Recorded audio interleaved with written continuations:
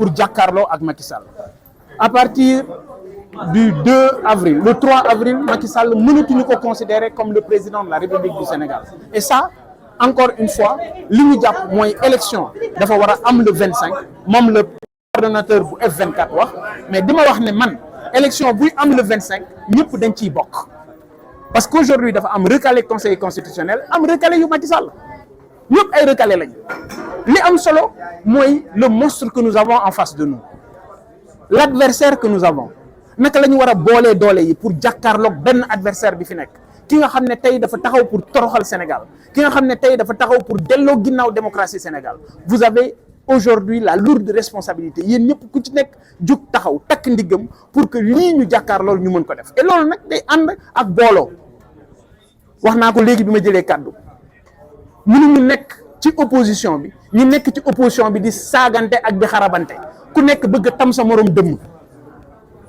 tamante dëmm gi ci opposition bi moom la ñu war a dakkal te xam ne benn adversaire la ñu am lu ko fi jëlee li ñu ngi di xalaat mooy Macky Sall ay nit mën nañu nekk ak Macky Sall ma ne ay nit mën nañu nekk ak Macky Sall pendant 12 ans li fi nekk yëpp ñu nekk ay responsable tey ay nit nekk ci biir opposition bi jàpp ne ñoo jóge ci Macky Sall ñëw féete ak ñun ci opposition bi ñooñu ñoo gën ñenn ci opposition bi il faut qu'on soit sérieux làmmiñ bu waxul dëgg dafay wax kàcc loolu moom mooy dëgg. recours ci conseil constitutionnel ndax am nga yaakaar ne dina am. mais dafa am loo xam ne waxuñu ko dama ko fàttali léegi bi may wax bi ñu dugalee commission d'enquête parlementaire après dañ ne lu ci topp report bi ñu waxee report ba pare lan lañ wax ne moo ci topp cour constitutionnel dañ ne dañuy taxawal cour constitutionnel dama ne dañuy taxawal cour constitutionnel donc next step bi troisième étape bi mooy taxawal cour constitutionnel et loolu assemblée nationale lay jaar ñan ñoo koy def ñi amoon xalaat bële ñan ñoo koy def mooy ñi nekkoon ci ginnaaw lële ñan ñoo koy def mooy ñi bëgg yëf bi jaxasoo bi gën a continuer alors léegi qu'est-ce qu'il faut faire c'est le peuple qui a le dernier mot Sénégal askan wi ñoo fal président Macky Sall et askan woowu war na taxaw tey pour jàkkaarloo ak moom ci lii nga xam ne moom lay def te ñun ñëpp ñu jàpp ne gàcce Sénégal. mais gis nañ ne tardivement nga jot a réagir si dogalu report bi tax ñu doon si bëri ñu doon def commentaire. ah vous avez tout faux vous avez tout faux. Le jour même quand le président Macky Sall a fait son discours j'ai parlé sur Seneweb j'ai parlé sur Walfadjri j'ai parlé sur TFM yàgg naay wax. ñiy mbel yi dañ maa nanguwul déglu le 10 juin 2023 laa wax lii Macky Sall nar kenn nanguwumaa déglu man duma magum xamoon naa ko magum waxoon naa ko et chaque fois lu ma leen wax ci Macky Sall ngeen teg ci bët ba ma leen waxee ne Aminata Touré du ko def président assemblée nationale da ngeen ci teg seen bët mbirum 100 milliards ya ma fi waxoon ku ne xam na la ci nekk ku ci nekk ci ñi nekk ci opposition bi dañoo gëmm xam nga lan moo normalul ku nekk di gérer say intérêt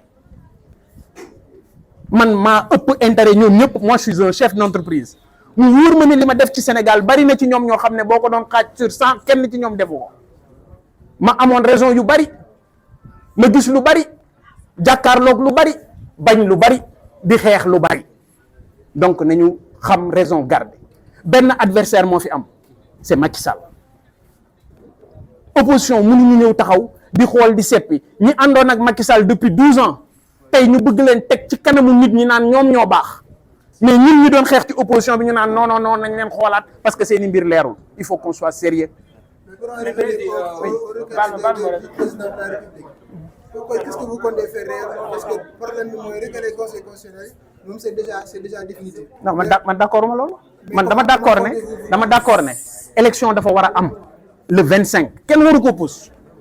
mais buy am le 25 na élection bi ñëpp bokk ci ñi ci war a bokk ñëpp nañu bokk ci élection bi loolu mooy suma kàddu man mais man d'accord ma Macky Sall pousse élection su ma waxi dem mooy su ma waxi tey fàttaliku leen xam nga parfois nit ñi du ñu dellu ginnaaw dafa am lettre bu ñu bindoon Cour suprême di casse nomination Sénat yéen a ngi koy fàttaliku biñ ñu woowee ne retirer leen lettre bi sinon Macky Sall dina ci jaar am prox ndollu repousser élection yi mais man ci laa bokk dama retirer sama lettre bi mu bindee ñun recalé yi bi ñu bindee lettre Macky Sall mu tontu ñu moom ne dafa bëgg audience mais man Bougane fa ma ko war a waxee laa ko waxee dama ne man ànduma ci dem wuy ji Macky Sall ci audience boobu et man dew ma yónneewu ma parce que dama jàppoon ne audience boobu amul benn njariñ bu mu mën a indil alors tey tu as des groupuscules ay nit ñu tekkiwul dara ci réew mi ñooy taxaw fële di yàq sa der te yow doo ci mun dara làmmiñ mënta lekk moroomam te ñorul man kenn du ma saraxe jërëjëf